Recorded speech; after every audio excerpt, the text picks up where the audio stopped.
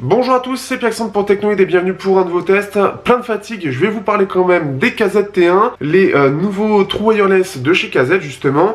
Et donc, qu'est-ce qu'ils valent, sachant qu'ils sont à moins de 40 €, ce qui est vraiment pas cher du tout, et qui ont une configuration à double driver. Ils se nomment un peu en hardcore chiffy, et c'est assez marrant de ce point de vue-là. On est sur des intras qui sont assez intéressants, et je vous en parle tout de suite.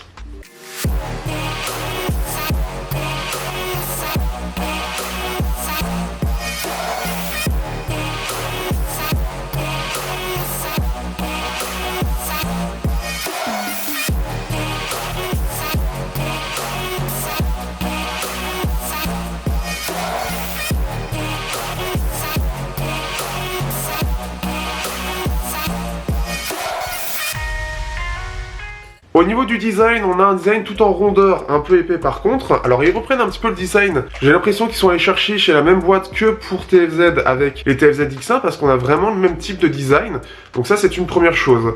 C'est tout en métal, donc ça c'est aussi une chose assez sympathique. On est par contre sur du micro USB ici, avec donc ici la petite LED de charge. C'est pas un micro, je me suis posé la même question, mais c'est juste une petite LED de charge. Pour l'ouvrir, mettez-vous bien en face de KZ parce que c'est très peu visible. Vous avez un petit espace ici pour l'ouvrir. On peut revoir justement le même système de charnière que l'on avait sur les TFZ avec écrit Make it fully optimal, donc optimisé au mieux. Et donc voici les écouteurs. On va les sortir. Alors par contre, le petit souci, c'est que pour les sortir justement, c'est vraiment pas pratique. Faut vraiment aller les chercher, faut trouver l'habitude aussi.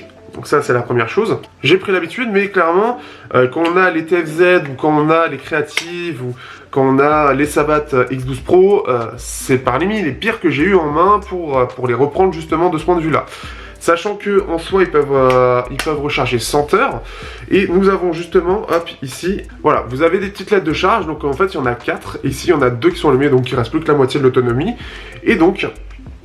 hop, au niveau ici du design des KZ, voilà ce que ça donne. Donc on a un pavé tactile, on en reparlera rapidement après dans la partie ergonomie et fonctionnalité.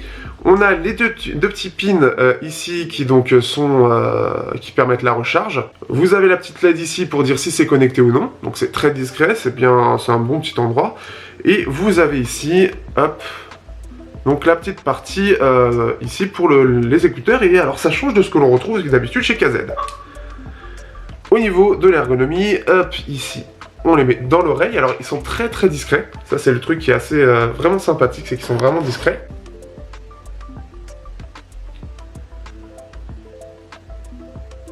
Mais par contre, le petit souci, ça va être plus au niveau de la partie tactile.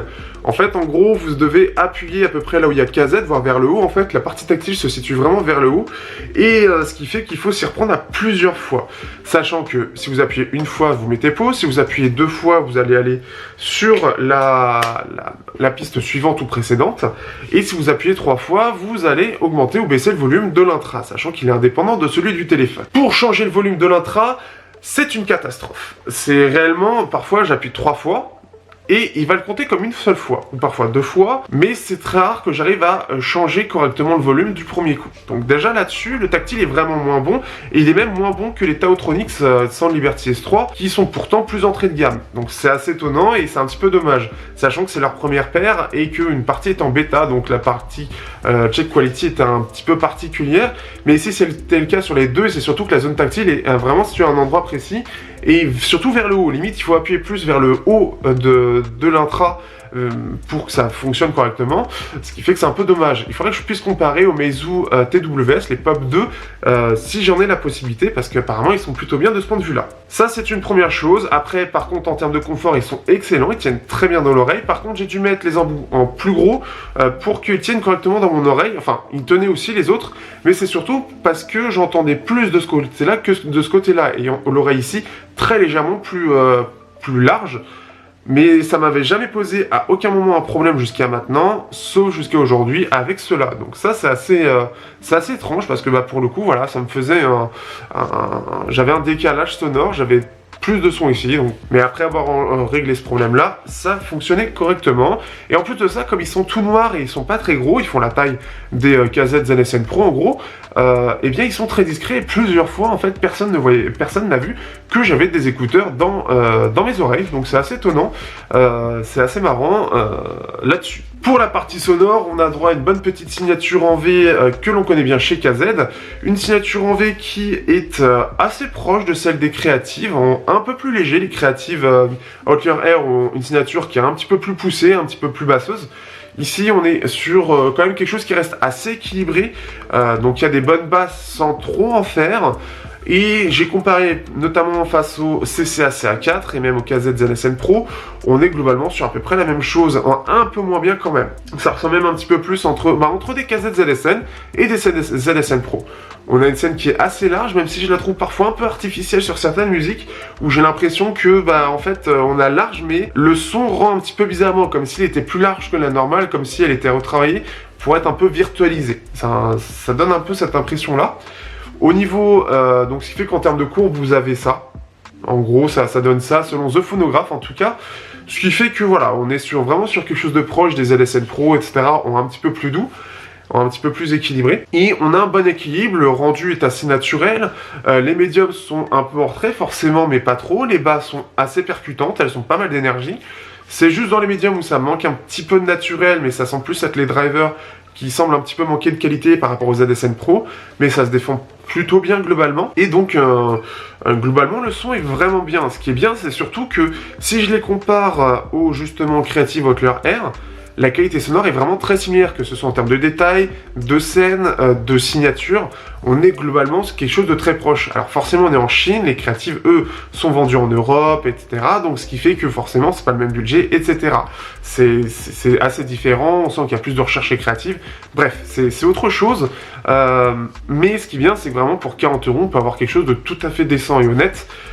Et d'assez quand même un petit peu premium. Ce qui fait que sur la partie sonore, je suis vraiment... j'aime beaucoup les KZ. Et ce qui fait que voilà, pour du True Wireless à moins de 40 €, ils font clairement le taf. Et le fait d'être facilement en face des TFZ X1 et des créatives, ça montre à quel point, même pour le coup TFZ, se fait larguer par KZ qui arrive encore à avoir un prix défiant toute concurrence avec une super qualité. Je sais pas comment ils font à la Xiaomi, mais ça fonctionne, donc c'est assez intéressant de ce point de vue-là. Ce qui fait qu'on a plutôt une bonne séparation des instruments, c'est pas incroyable non plus, mais c'est dans la bonne moyenne. On en a une un peu moins bonne que les créatives. On a une scène sonore qui est assez large, dans la bonne moyenne, mais comme je le disais avant, parfois ça ressort un petit peu artificiel. Je sais pas comment ils ont fait ça, mais c'est moins bien que des CCA CA4 quand même de ce point de vue-là. Je trouve globalement le rendu d'ailleurs des CCA CA4 plus naturel, avec une signature un peu plus jolie. En tout cas le rendu un peu plus joli, un petit peu plus naturel, plus détaillé. Globalement c'est un peu mieux, donc on est vraiment un peu en dessous, un cran en dessous des KZ ZSN Pro ou CCA CA4. Pour la partie autonomie, et tu viens me revoir encore, pour la partie autonomie eux-mêmes, on va faire à peu près 5 heures, donc c'est pas extraordinaire. Alors je m'attendais à pire puisqu'ils annonçaient 3 heures, donc c'était assez, vraiment très peu, mais ayant fait une journée où je les ai fait tourner, j'ai eu 5 heures, donc c'est correct, c'est pas incroyable. On est là par exemple, face aux créatives, on est on va dire 40% moins bien que les créatives, donc il y a beaucoup d'intras qui font à peu près ça, mais par rapport à ce que j'ai testé, c'est parmi les moins bons. On est au-dessus des 5 heures, ça reste correct, mais c'est pas incroyable non plus. Ce qui fait que pour conclure, que peut-on dire de ces KZ T1 ? Cette première version est plutôt bonne et pour le coup on n'en avait pas vraiment entendu parler au niveau du rumeur, donc c'est un petit peu une nouveauté. Il se mettait un petit peu comme le hardcore Hi-Fi, hardcore Hi-Fi parce qu'il y a le côté double driver. Et pour le coup, ils ont quand même bien réussi leur pari, surtout à moins de 40 €. On a droit à une boîte premium avec des intras qui ont un pavé tactile qui est correct. Pour mettre play pause, c'est très bien.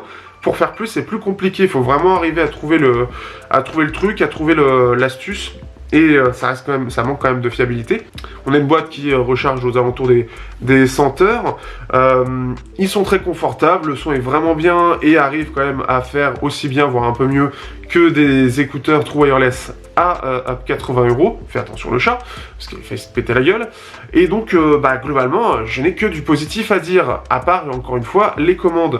En plus de ça, il capte plutôt bien. On a droit donc à du USB-C, AAC et aptX. Donc il y a les trois. Ce qui fait que c'est du Qualcomm dedans. Hop. Donc oui, globalement, je suis assez surpris et je les trouve très qualitatifs. Ils ont réussi à faire quelque chose de bien et ils mettent un pas dans la partie True Wireless parce que c'est quelque chose qui explose et donc ils s'y mettent aussi. Ils ont décidé de se mettre dans un système où pour le coup, ils font vraiment du True Wireless. Et pour le coup, si vous voulez des KZ vraiment wireless avec la signature KZ, il vaut mieux prendre ça, et j'en reparlerai plus tard, il vaut mieux prendre ce truc-là que le câble KZ 5.0 que j'ai en test, et que je dois tester aussi, qui est assez exécrable. Pour ceux qui ont vu le test d'Etheren BT20S, vous le savez, c'est le bruit qui me gênait, dites-vous bien que sur le câble, c'est encore bien pire. Donc là, ils ont réussi à faire quelque chose de mieux, donc voilà. Si vous voulez des True Wireless vraiment pas chers et bien qualitatifs, c'est clairement les KZ que je recommande. Coucou le chat. Sur ce, merci à tous et puis n'hésitez pas comme d'habitude, si vous voulez me soutenir, vous avez tout dans la description. Donc les pubs, les soutiens via les dons ou encore une fois via les liens affiliés. Et sur ce, on se dit à bientôt pour un prochain test.